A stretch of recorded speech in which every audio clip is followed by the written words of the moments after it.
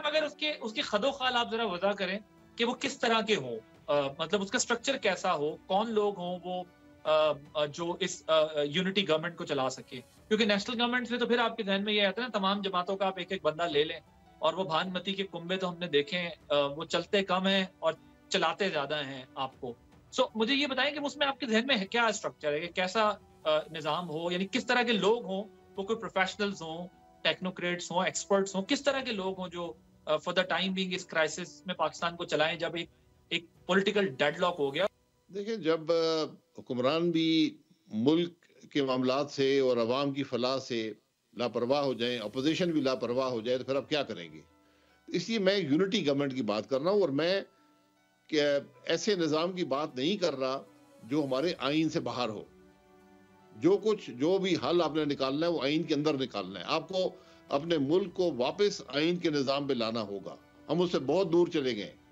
یہ صرف آج کے معاملے کا حل نہیں ہے، آپ کو ملک کے حالات کا مستقل حل ڈھونڈنا ہے، اور وہ آئین کے اندر ہی ہے. اب آپ نے کرنا کیا ہے؟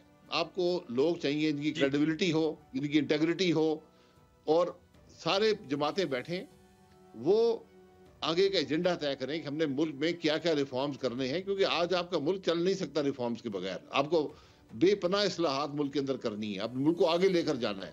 کیا پالیسیز ہوں گی؟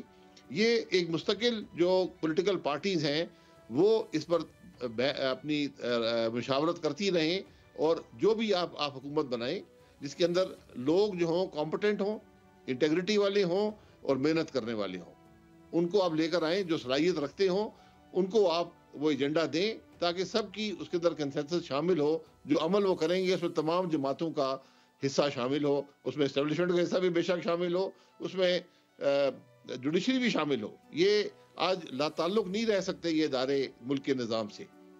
تو یہ میں سب سے پہلی بات جو میں کر رہا ہوں کہ آئین سے باہر آپ نہیں جا سکتے، نہ آپ کو جانا چاہیے. آئین کے اندر رہیں، اس کے اندر بہت سے حل موجود ہیں، اس حل کو استعمال کریں اور ملک کو آگے لے کر جائیں. سبسکرائب کریں اور بیل دبائیں تاکہ کوئی خبر رہ نہ جائے.